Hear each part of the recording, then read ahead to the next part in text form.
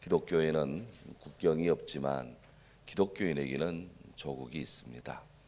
어제 현충일 경기도 화성에 자리한 제암리교회 순교 현장을 다녀왔습니다.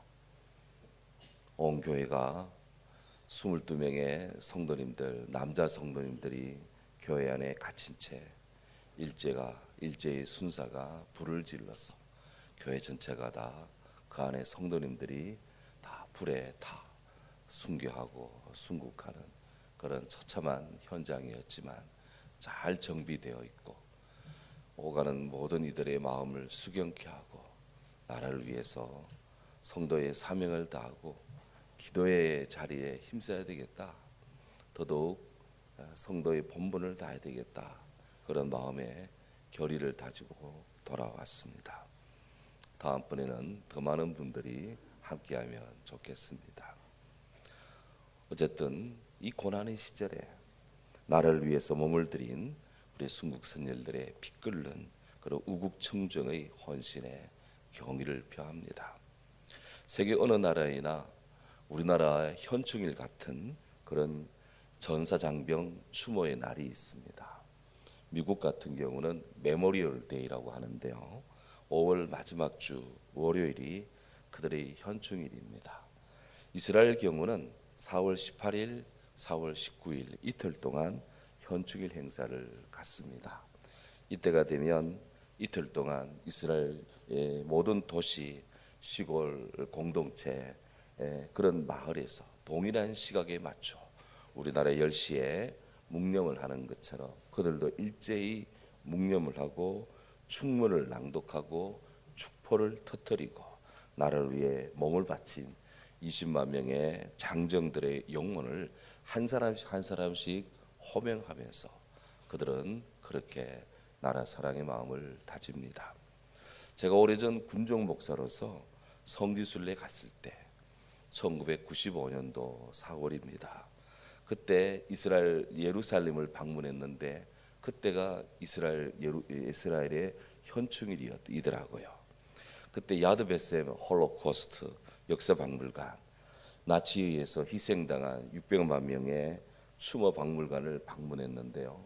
그때 10시에 사이렌이 울리고 그리고 모든 사람들이 일제히 동작을 멈추고 그 자리에서 그대로 추모 묵념을 하고 그리고는 또 저마다 모든 이런 일들을 보던데 그때 그곳을 방문한 이스라엘의 청소년들을 그 눈망울을 제가 유심히 보았습니다. 그때 느꼈던 생각은 이스라엘은 절대 망할 수 없는 민족이구나. 저 청소년들의 얼굴에 정말 이루 말할 수 없는 그런 마음의 결기가 막 느껴지더라고요. 다니엘이 뜻을 정해서 바벨론 황제의 그런 그 진미를 거절하고 이스라엘의 영혼을 보존하기 위해서 그들이 나무를 먹고 물만 마시면서 그렇게 경건한 생활을 하고자 했던 그 다니엘의 영성이 그들 저 청소년들 마음속에 막 흐르는 것을 느꼈습니다. 따지고 보면 우리나라도 예외가 아닙니다. 몽고와의 항쟁 때, 임진왜란 때 우리의 모든 국민들은 싸웠습니다. 1910년 한일합방 이후 이름 없는 독립투사들, 애국지사들, 6.25 전쟁 때 수많은 청춘들의 죽음도 대부분 이름 없는 이들이었지만 그들은 분연히 자기 자리에서 나라를 위해 살았습니다. 몸을 들였습니다. 국군 장병들이 6.25 남침을 가한 북한 공산군의 무지막지한 탱크를 온몸으로 막는 투혼으로 이 땅을 지켜냈습니다. 이렇게 희생의 피로서 지켜진 이 땅이요 이 자유입니다. 하나님의 은혜로 미국을 비롯한 유엔 16개국의 자유우방국의 연합작전으로 우리에게 지금 이만큼의 평화가 우리에게 주어져 있고 지금 누리고 있습니다. 대한민국의 6월이 우리에게 알리고자 하는 메시지입니다. 요즘 투키디테스의 함정, 투키디테스 트랩이라는 말을 한간에 자주 들립니다. 또 들으실 것입니다. 고대 그리스 역사가 투키디테스라는 역사가가 그리스 아테네와 또 스파르타 사이의 전쟁, 펠로폰네스 반도에서 벌어진 그런 전쟁을 기록한 전쟁사, 거기에 펠로폰네스 전쟁을 불가피하게 발발하게 한 것은 다름 아닌 신흥 도시국가 아테네의 부흥, 발흥, 라이즈에 대한 스파르타, 기존의 스파르타의 두려움 때문이었다. 그래서 해양 세력의 스파르타와 본토 세력의 아테네가 서로 충돌을 했다. 이게 그 유명한 펠로폰네스 전쟁인데요. 오늘 이 투키디스 함정은 주로 미국과 중국의 이 갈등과 알력 다툼을 설명할 때 주로 많이 활용되고 있는 그런 정치학적인 역사적인 개념입니다. 요는 세계 강대국들의 이 패권 경쟁은 어느 시대나 있어 왔고 어느 때나 진행되고 있다는 겁니다. 그러니 우리 대한민국도 국가 안보를 튼튼히 해야 되고 자유민주주의 토대가 되는 사회적, 경제적 또 국민적 도의를 올바르게 하고 건강하게 하고 강력하게 해야 된다 하는 거예요. 왜? 세상에는 영원한 것이 없기 때문에 그렇습니다. 아무리 강대한 나라라도 조금만 방심하고 위기로 의식하지 못하고 마음을 느슨하게 하는 순간 붕괴되고 만다 하는 거예요. 대표적으로 로마의 멸망이 그렇습니다. 보십시오. 로마의 전성기 때 로마를 압도할 만한 세력은 당시 지구상에는 없었습니다. 하지만 로마는 아주 서서히 정치적, 사회적인, 경제적인 불안에 휩싸이기를 시작을 합니다.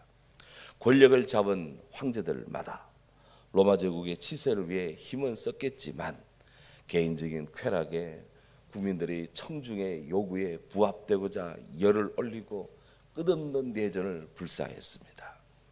권력을 쥔 황제들은 속주의 총독들이 너무나 많은 그런 세력과 군대를 소유하는 것을 견제하기 위해서 로마의 행정구역을 입맛대로 자주 바꾸었습니다. 개편했고 법령도 자주 바꾸었습니다. 군대 역시 자주 재편을 했습니다. 그러다 보니까 서류상의 군대와 실제 군대 사이에 괴리가 발생하고 이를 역이용해서 서류를 조작해 있지도 않은 군인들의 봉급을 계산하며 이를 착복하는 일이 비일비재했습니다. 이런 와중에 북방의 게르만족, 훈족 등 로마인들이 야만족이라고 여기는 그런 로마의 외부 세력들이 로마의 느슨한 빈틈을 노리고 틈틈이 공격해 대했습니다. 원래 게르만족들은 로마처럼 결집된 힘이 아니었습니다. 그들은 소수의 부족들이 모여서 그저 노략질하는 정도였습니다. 하지만 점차 로마가 대응하는 대응력이 약화되니까 그들은 스스로 점점점 규모를 결집시키면서 나중에는 화평을 조건으로 로마로부터 엄청난 황금을 요구하고 그들은 이 평화를 지키기 위해서 황제가 그들과 결탁하고 적절히 타협하며 황금을 주고 돈을 주고 땅을 주고 그렇게 할 수밖에 없었습니다. 국력 확충에 사용돼야 될 그런 재정들이 사설에 유용되고 부패하다 보니 이렇게 세워나가는 이 밑구멍들이 너무나 많았습니다. 더욱이 로마의 도덕적인 타락이라는 것은 이루 말할 수 없습니다. 로마의 많은 귀족 자제들이 성병에 걸렸습니다. 그래서 로마군에 입대해서 장교가 되어야 될 사람들이 성병에 걸려 있으니 군에 입대가 안 되는 거예요. 로마군에 장교가 부족했습니다. 로마 전쟁 때 영화에 보면 보병 100인대 맨 앞에 장창을 들고 딱 서 있는 자들이 로마의 본토 출신의 로마 병사들입니다. 그런데 이 로마의 병사들이 다 이 성병에 걸리고 이런저런 이유로 병역 면제를 받고 하다 보니 이 나라의 군대가 국방이 정말 헝클어지기 시작했습니다. 나중에는 동원할 인력 자원이 없습니다. 그래서 로마는 궁예지책으로 게르만족을 용병으로 고용하기 시작했습니다. 용병들은 신분상으로 로마 군으로 군복을 입고 참전을 하지만 언제라도 변심할 수 있는 그런 세력들입니다.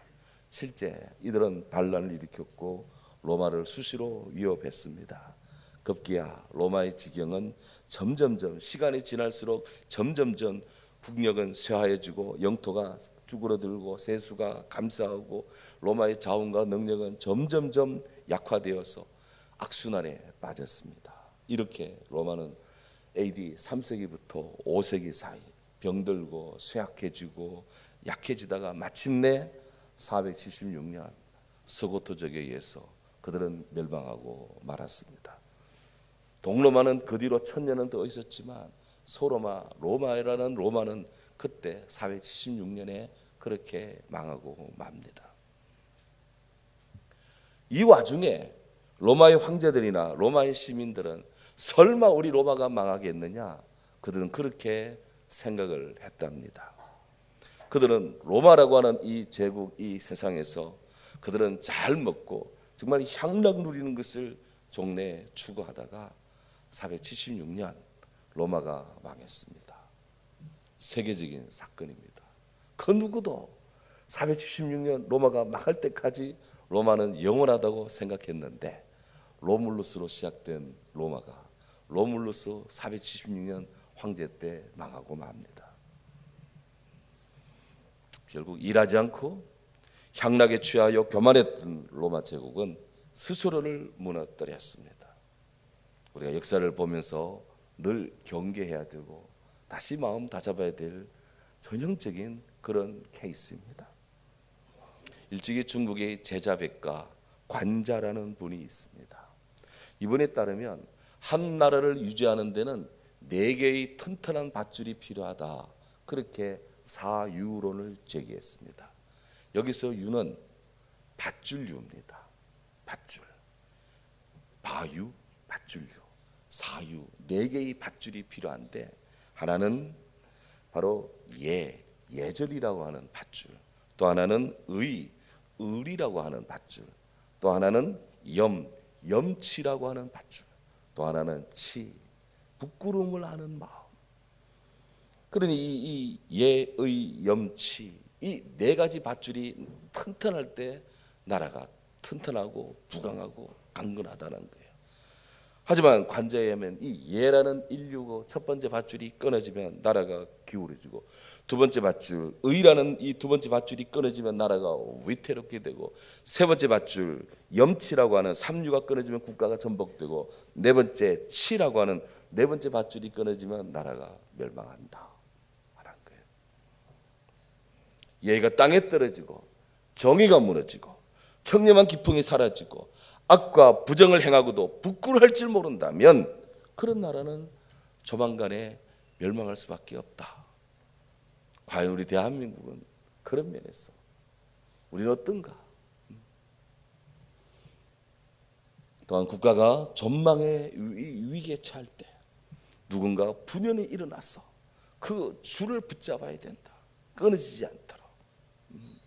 지금도 서울과 대전, 영천과 임실, 국리묘지에 개인적 안위는 뒤로 하고 그들의 몸을 던져 물밑듯 쳐들어오는 저 붉은 북한의 미대한 군대를 막아내기 위해 당신들의 몸을 들인 님들이 다 누워 있습니다. 그들은 6월의 뜨거운 태양만큼이나 뜨거운 젊음의 피로써 조국을 지키는 4개의 밧줄을 붙들고자 했던 그런 분들의 희생, 그 헌신 정말 고맙습니다. 정말 감사한 일입니다.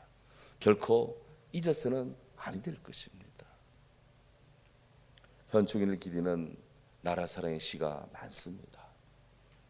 말씀을 준비하면서 이 시를 찾아보니 이여령님의 하나님 우리 조국을 구원하소서라는 기도시가 있더라고요. 그를 마음에 담아 봅니다. 시는 이렇게 시작됩니다. 당신은 이 나라를 사랑합니까? 반만년 역사의 전통의 한국은 참으로 못난 조선이 외세에 넘겨 고아와 기아와 질곡의 삶을 물려준 메마르고 척박한 나라였습니다. 그러나 인류가 괄목하는 자유와 평화를 사랑하는 문화 예술이 찬란한 나라, 홍익인간 세상의 위대한 나라가 목전에 와 있었습니다. 그러나 불사 어쩌다가 지금 또다시 백척간두 벼랑에 서 있습니다. 어쩌다가 천지사방이 해지고 구멍이 나고 비가 새어 무너져 가는 고칠 곳이 너무나 많은 불행한 나라가 되었습니다. 이곳에는 선한 사람들이 많이 살고 있습니다. 제발 버리지 마시고 절망으로부터 이 희망의 날개를 달아주셔서 어떻게 여기까지 온 사람들입니까? 험난한 기아의 고개에서도 부모의 손을 뿌리친 적이 없습니다. 아무리 위험한 전란의 들판이라도 등에 업은 자녀를 내려놓지 않았습니다. 남들이 앉아 있을 때 걸었고 그들이 걸으면 우리는 뛰었습니다. 숨가쁘게 달려와 이제 의식주 걱정이 끝나는가 했는데 그날이 바로 눈앞인데 바로 여기서 그냥 추락할 수는 없습니다. 우리는 지금 벼랑인 줄도 모르는 그런 사람들입니다. 어쩌다가 북이 핵을 만들어 놓아도 눈값 놀라지 않고 수출액이 5천억 달러가 넘어가도 웃지 않는 사람들이 되었습니까? 거짓 선지자들을 믿은 죄입니까? 남의 눈치보다 길을 잘못된 뜻입니까? 정치의 기둥이 조금만 더 기울어져도 시장 경제 지붕에 구멍 하나만 더 생겨도 법과 안보의 울타리보다 겁없는 자들이 키가 한 자만 더 낮아져도 그때는 천의 단의 나라의 나락입니다. 비상 때는 비상해야 됩니다. 싸움밖에 모르는 정치인들에게는 비둘기 날개를 주시고 살기 팍팍한 서민에게는 독수리 날개를 주십시오. 주눅들은 기업인들에게는 갈매기의 비행을 가르쳐 주시고 진흙바닥의 지식인들에게는 구름보다 더 높이 나는 종달새의 날개를 보여주셔서 그들을 날게 하소서. 뒤처진 자에게는 제비의 날개를, 헐벗은 사람들에게는 공작의 날개를, 홀로 사는 노인들에게는 학과 같은 날개를 주셨어. 그리고 남남처럼 되어가는 가족에게는 원앙새의 깃털을 내려주셨어. 이 사회가 갈등으로 더 이상 찢기기 전에 기러기처럼 나는 법을 가르쳐 주옵소서. 소리내어 서로 격려하고 선두의 자리를 바꾸어가며 대오 정연한 그런 대열을 이끌어가는 저 따스한 이 기러기들처럼 우리 모두를 날게 하소서. 그래서 이 나라를 사랑하게 하소서.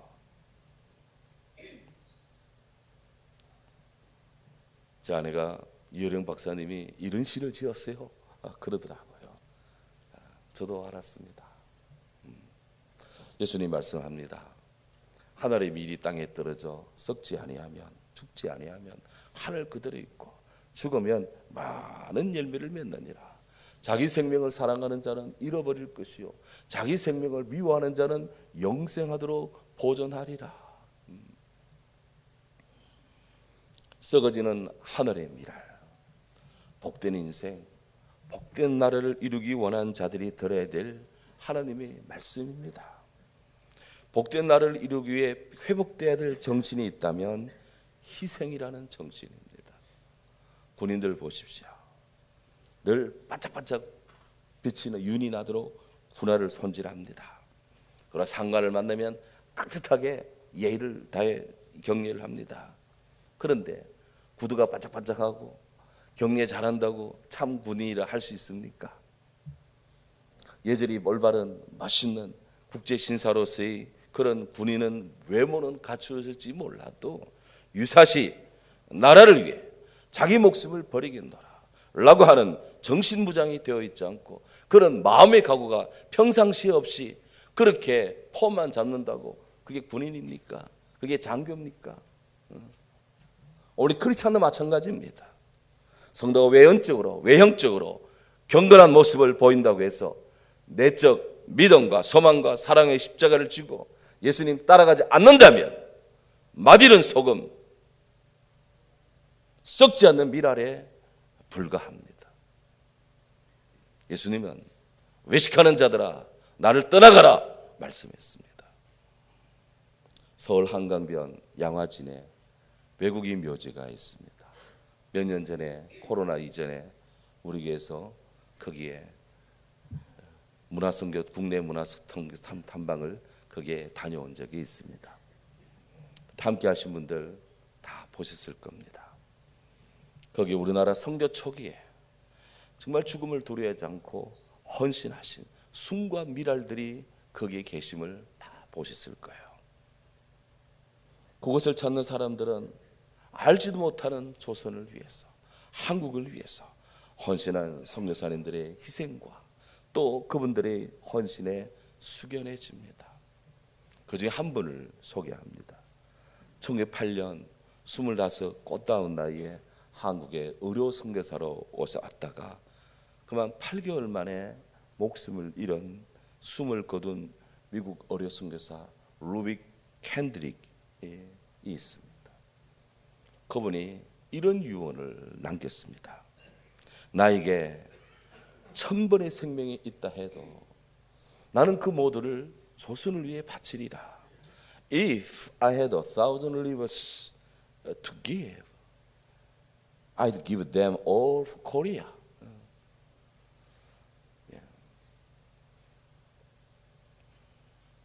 이로써 안타까운 것은 후에 있지만 이로써 기쁜 것은 희생이라고 합니다.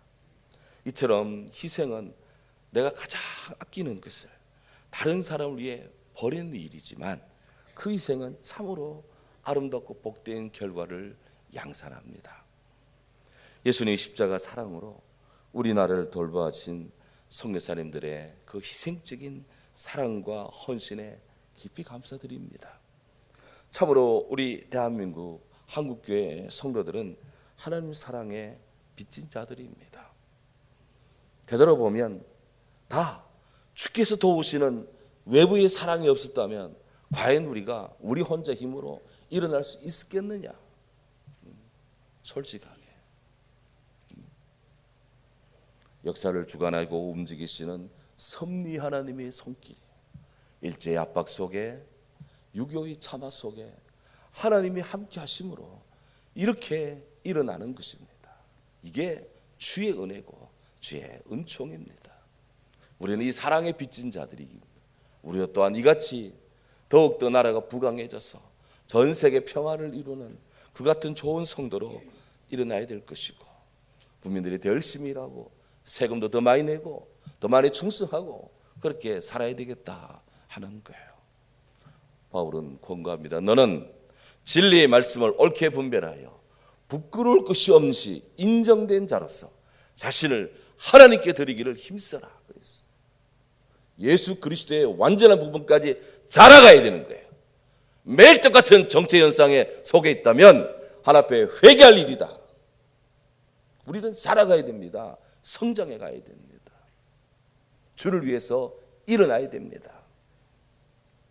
정리합니다. 지난날 우리는 늘 항상 도전적인 험난한 도전에 직면해 왔습니다. 되돌아보면 어렵지 않은 순간이 없었습니다.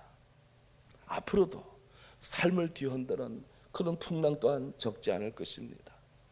하지만 주님은 염려하지 말라 합니다. 나를 믿어라. 하나님 아버지를 믿고 나를 믿어라. 예수를 믿어라. 하나님 우리 대한민국을 사랑하십니다. 주님은 우리 성도들을 사랑하십니다. 그로 저를 비롯한 우리 교회 모든 성도님들, 한국교회 모든 성도들 나부터 성결하며 우리부터 평화하며 범사에 감사하며 하나님 말씀이 우리 삶 속으로 들어오도록 우리가 마음문 열고 가득해지도록 충만해지도록 주님 은혜를 갈망해야 될 것입니다. 청년이 무엇으로 그 행실을 바르게 하리이까? 오직 하나님 말씀으로 삼갈 끝이니이다. 우리는 다 하나 앞에 어린 아이와 같은 그런 청년의 마음으로 순결하고 경건한 크리스찬으로 주님 앞에 서야 됩니다. 오늘 성경은 말씀합니다. 여호와를 자기 하나님으로 삼은 나라 곧 하나님의 기업으로 선택된 백성은 복이 있도다. 이러한 백성은 복이 있나니 여호와를 기뻐하는 여호와를 자기 하나님으로 삼은 백성은 기뻐 복이 있도다. 여호와를 기뻐하는 것이 너희 힘이라 그랬습니다. 하나님 기뻐하는 힘으로 가득 재무장되고 가득해지고 충만해지고 일어나 빛을 발하는 온전한 그리스도인으로 주께 충성할 수 있기를 주의 이름으로 축원합니다. 아멘. 하나님 감사합니다.